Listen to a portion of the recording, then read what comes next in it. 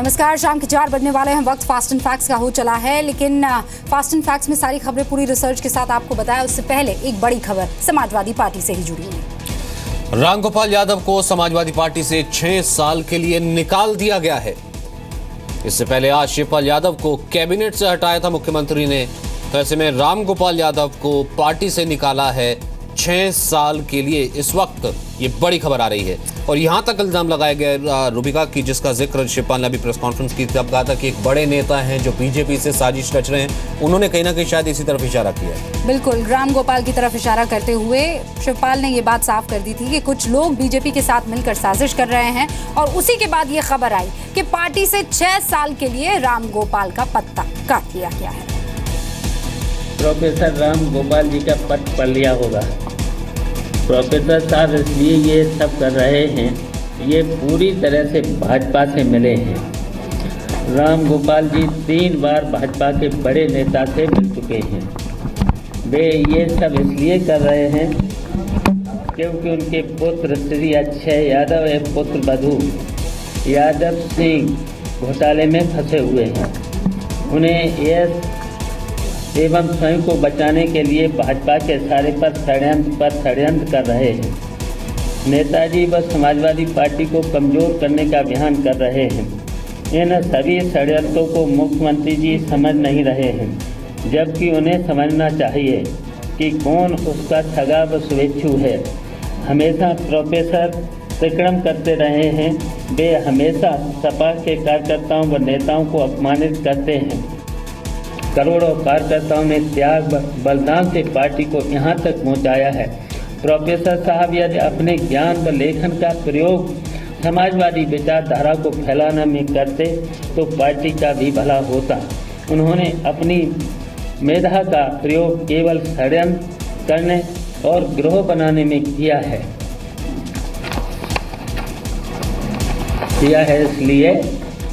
इसलिए हम आज माननीय राष्ट्रीय अध्यक्ष समाजवादी पार्टी के आदेशानुसार प्रोफेसर रामगोपाल यादव को राष्ट्रीय महासचिव एवं प्रवक्ता समाजवादी पार्टी को समाजवादी पार्टी से 6 वर्ष के लिए निष्कासित करते हैं।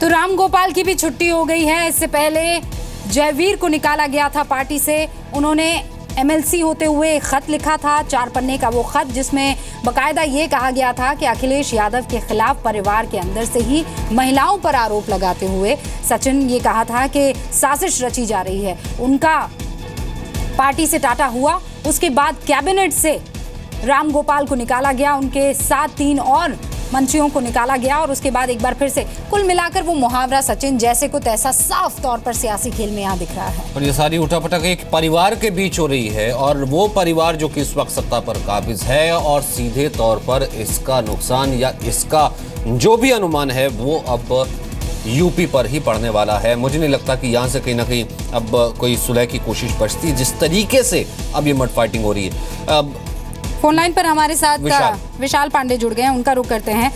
विशाल, ये पार्टी से एक दूसरे को निकालने का, कैबिनेट से एक दूसरे को निकालने का खेल तो बहुत आगे तक जाने लगा है। बिल्कुल, अभी समाजवादी पार्टी के अध्यक्ष मुलायम सिंह यादव ने शिवपाल यादव से बैठक की थी थोड़ी देर पहले और बैठक के बाद शिवपाल यादव जब पार्टी दफ्तर में पहुंचे प्रेस कॉन्फ्रेंस कर रहे थे, उसी बीच मुलायम सिंह यादव ने ये आदेश कर दिया है कि रामगोपाल यादव को पार्टी के सभी पदों से हटाया जाता है और पार्टी से बाहर किया जाता है। तो कहीं ना कहीं अखिलेश को एक और झटका लगता हुआ यहाँ पर दिखाई दे रहा है कि रामगोपाल यादव अखिलेश यादव के साथ खड़े हुए दिखाई दे रहे थे। क्यों ये एक्शन का रिएक्शन कहा जा सकता है जो आज अखिलेश यादव ने शिवपाल यादव को मंत्री पद से बर्खास्त किया था। इसके अलावा 3 और मंत्री जो शिवपाल की करीबी उनको बर्खास्त किया था, उसका रिएक्शन कहा जा सकता है कि रामगोपाल यादव जो कि अखिलेश के लिए खुलकर खड़े थे, उनको समाजवादी पार्टी से बाहर कर दिया है मुलायम सिंह ने। अच्छा विशाल, ये बताइए कि मुलायम सिंह यादव अब तक इस पूरे मसले पर नजर नहीं आ रहे हैं, ना आजम खान का कहीं पता है, हो क्या रहा है? दरअसल देखिए, मुलायम सिंह यादव अभी अपने घर में हैं और अलग अलग नेताओं से मुलाकात कर रहे हैं जो मुलायम के करीबी हैं, जो पुराने दौर के उनके साथी रहे हैं, उनके साथ बातचीत कर रहे हैं। वरिष्ठ नेताओं की टीम भी जो कल से लगातार बनी है वो आज भी गई थी मुलायम सिंह के घर पे, वहाँ बातचीत चल रही है, बैठक हो रही है। शिवपाल यादव के साथ लगातार फोन पर संपर्क में है मुलायम सिंह यादव और उन्हीं से बातचीत करके मुलायम सिंह यादव ने रामगोपाल यादव को पार्टी से बाहर किया है। अभी थोड़ी देर में रामगोपाल के बेटे अक्षय यादव को भी पार्टी से बाहर किया जा सकता है। तो कुल मिलाकर ये कहा जा सकता है कि एक्शन का रिएक्शन मुलायम सिंह की तरफ से सामने आ रहा है, पर मुलायम सिंह यादव फिलहाल अभी मीडिया में सामने नहीं आ रहे हैं और उनकी तरफ से कोई ऑफिशियल बयान नहीं आ रहा है कि क्या कुछ समाजवादी पार्टी में होगा। नहीं, लेकिन विशाल बात ये है ना कि जो भी निकाला जा रहा है, भले वो कैबिनेट से निकाला जा रहा हो, पार्टी से निकाला जा रहा हो, कहीं ना कहीं तो वो समाजवादी पार्टी के बैनर तले ही हो रहा है, समाजवादी पार्टी से निकाला जा रहा है। अब क्या ये बैनर एक रहेगा या सीधे तौर पर देखें शाम तक होते होते ये खबर ये आ जाएगी कि पार्टी दो फाड़ हो रही है? देखिए, इसकी संभावना को नकारा नहीं जा सकता है, क्योंकि जिस तरीके से तल्ख शब्दों का प्रयोग रामगोपाल यादव ने आज सुबह 6 बजे की चिट्ठी में किया था, कहीं भी उस चिट्ठी में समाजवादी पार्टी का जिक्र नहीं था।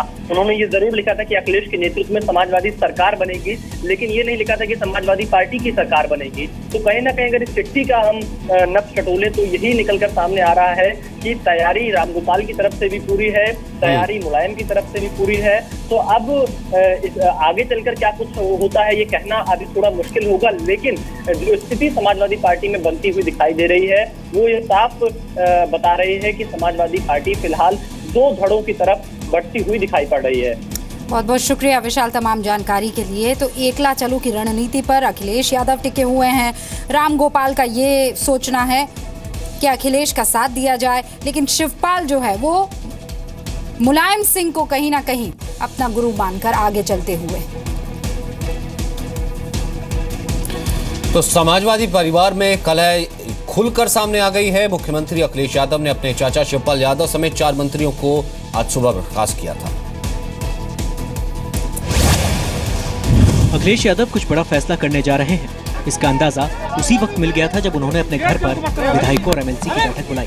बैठक में अखिलेश ने क्या बड़ी बातें कही वो देखिए। समाजवादी पार्टी नहीं छोड़ूंगा, खून के रिश्ते कभी अलग नहीं होते, पार्टी तोड़ने की बात नहीं सोच सकता। नेताजी मेरे पिता भी हैं, उन्होंने जो दायित्व दिया उसका पालन किया। जो लोग अमर सिंह के साथ हैं उनको मंत्रिमंडल में रहने का अधिकार नहीं। कल नेताजी की बैठक में जाऊंगा और 5 नवंबर के कार्यक्रम में भी पिता पुत्र के बीच में जो भी आएगा वो भुगतेगा।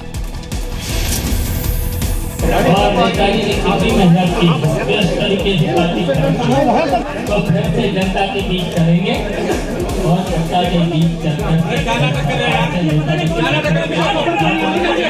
किसी भी तरह की कोई भी टिप्पणी नहीं की जानी चाहिए और बिल्कुल आशान्वित हैं। ईश्वर की कृपा से ये जो संकट के बादल हैं ये दूर हों और जो सरकार में अमर सिंह का साथ देंगे और सरकार के लिए बाधा उत्पन्न करेंगे वो मेरी कैबिनेट में नहीं रह सकते। मैंने पत्र लिख दिया है, ऐसे लोगों को मैं कैबिनेट से बाहर कर रहा हूँ और विधायकों ने सर्वसम्मति से प्रस्ताव पारित भी कर दिया है।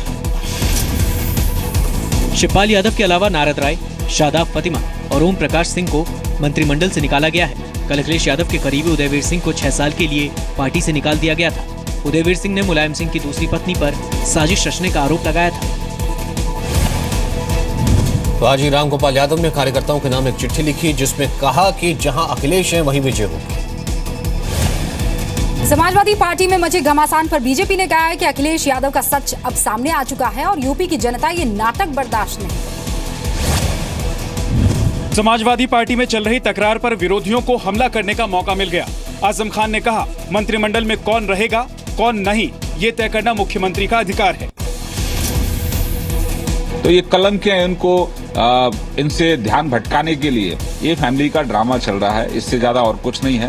प्रदेश की जनता त्रस्त है और लोग अब इनको बदलने का मन बना चुके हैं। मुख्यमंत्री का अधिकार है वो किसे अपनी कैबिनेट में रखेंगे किसे नहीं रखेंगे, ये मेरे पसंद और नापसंदीदगी का सवाल नहीं है। हम लोग बहुत दुखी हैं इस वजह से कि जो ये सब पार्टी में हो रहा है। हम चाहते हैं कि नेताजी इसमें कोई निर्णय लें और हमारी पार्टी एक हो। मुलायम परिवार में टकराव 12 सितंबर को गायत्री प्रजापति और राजकिशोर सिंह की बर्खास्तगी के बाद खुलकर सामने आ गया था। 2 मंत्रियों के बाद अखिलेश यादव ने मुख्य सचिव दीपक सिंघल को भी हटाया।